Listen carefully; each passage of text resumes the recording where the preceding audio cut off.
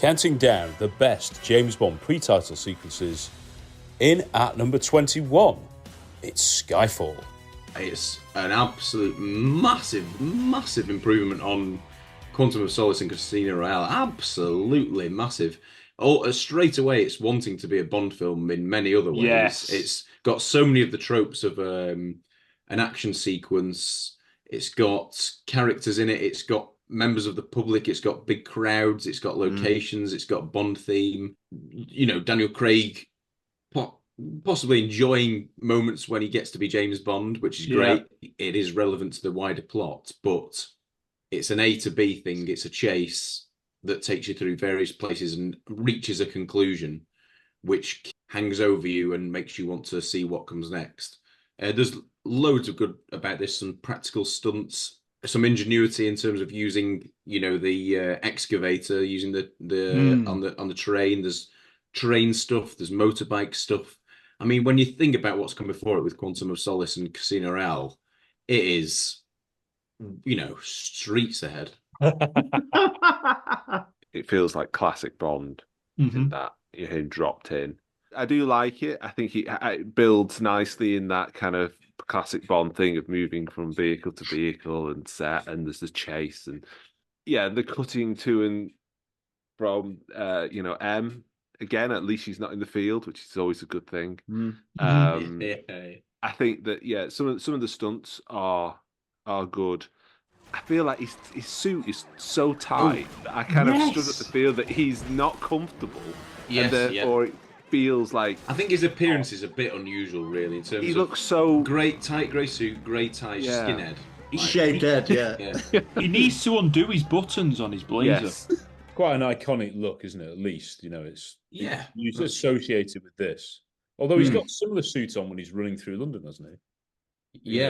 Grey, but vacuum packed onto him. He looks like he'd be constantly ripping seams and things would be coming off as he looks like he's too coiled. And so there are moments, the clear moments of, you know, where he does his cuffs and stuff, which is, you know, like probably one of the most Bondish things he's ever done. And then it builds nicely. Like I say, you know, the train is a nice idea of kind of getting it out of that location.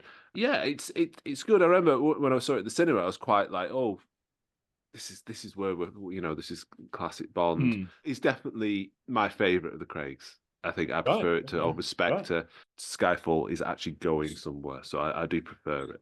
I don't particularly like the banter between him and Moneypenny. I think it's I agree with that. Painful. It's all right. You weren't using it. I wasn't using that one either. The nods to sort of Roger Moore kind of casual sexism are just, what were they thinking? They don't land in the way that they think they should land. And again, that's the sort of the intention. I understand it, but the execution isn't what it should be. Yeah, it's not mean-spirited. It's not. I don't think it's intentionally, let's have a laugh at the expense of women. It's just misconceived, I think, the execution, maybe. Because it's the first sort of, I'm not going to say anything. And then it sort of happens again, and it's almost you're meant to think, she meant it or something, you know, just, I don't really, it doesn't quite work. But it's a good introduction to a new kind of Moneypenny, because you're going to do things. They didn't do anything with her. Yeah, well, for the Craig era, you know, you've got a new kind of Q, you've got a new kind of Moneypenny, who's obviously in the field to start with. If you're going to mix up the formula, these are quite positive additions. The motorbikes on the roof in a hot country.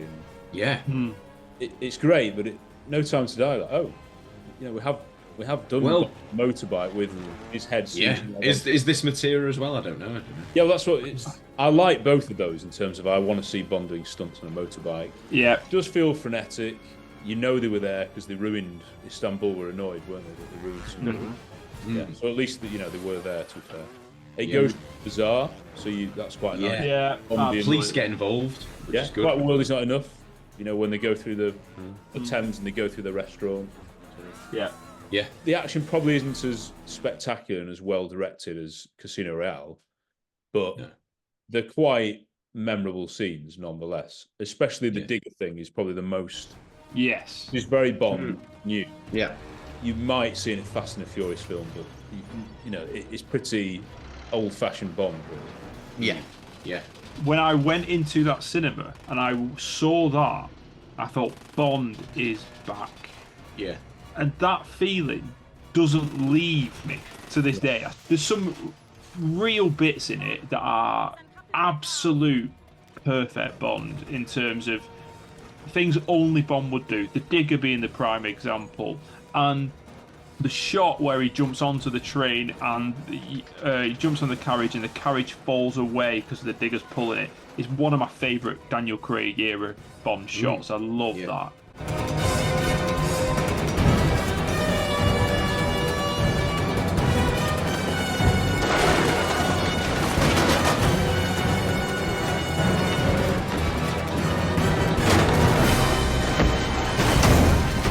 The idea of walking through the people, through the carriage, very Bond. I mean, these are the beats that we want. Yeah. Even though it might be a bit Ethan Hunt, even the idea of hitting a motorcycle off a bridge so you fall onto it, only Bond. And this is the kind of thing that I want. Makes you feel my hero, he's here. And I love all that about it. I love Istanbul. I love the fact that it goes through the bazaar. Bond gets shot. Which time? Because, of course, there's a hilarious spray shot when he's in the tractor. Yeah. Well, to this day, I'm still not entirely sure what happened. Well, multiple bullets. So she shoots him, but then he falls off. But is he falling off because he's depressed and he wants to escape? But I don't. It, to me, that bit confuses me. After I've been exhilarated with all these great things that have gone on, it ends on a downer, and that's what defines it. I do have issues with it, and I have lots of points where I'm like, oh, maybe I wouldn't have done it like that, or maybe I wish they'd have done that. But overall, I do enjoy it, and I did watch Skyfall again recently, and really enjoyed it. Yeah, Ronson gets mentioned a bit, but we don't know much about him, and I'm stabilizing Ronson. We don't have the time. I have to stop the bleeding. Leave him. yeah, the fight on top of the train, which I often sort of forget about, I don't think is that great or memorable, and it could be really good. You know, not only on a train, the thing that it's got over Octopussy potentially is that you've got this great height, and there could be, you know, loads of peril from that. But the only bit that you learn of that is Bond falling off. But I do think it's exciting, and like you guys, I remember watching it and thinking, yeah, this is more of what we want. Sam Mendes said it was almost like a sort of Russian doll type thing, or, you know, I can't remember, but from one mode of transport to the next, which I think is really, really good, really clever idea. Yeah, the memorable thing is Bond being shot and then falling hundreds of feet off a bridge back first. And then he goes down a waterfall. Yeah, yeah. Yeah. I've forgotten that.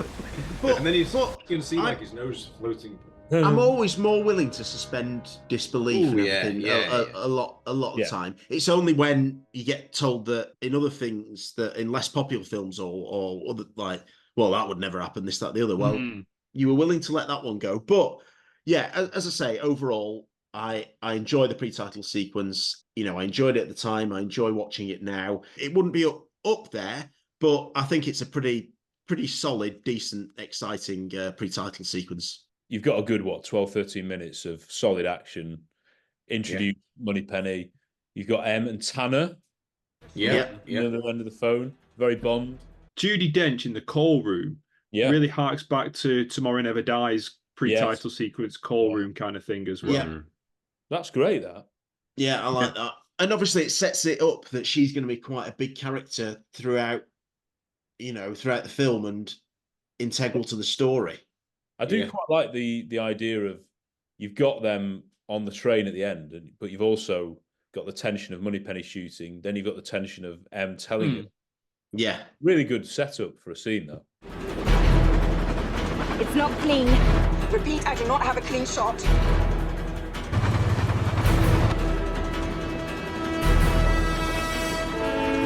There's a tunnel ahead. I'm going to lose them. Can you get into a better position? Negative, there's no time. Take the shot.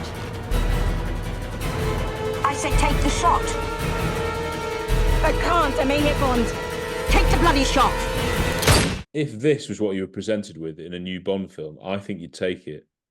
You know, Bond 26, Bond 27, you'd be like, yeah. It's far and away definitely my favourite Craig film, and I think it gets off to a really, really good start with this pre-title sequence, despite some of the flaws and despite some of the drawbacks that we've said.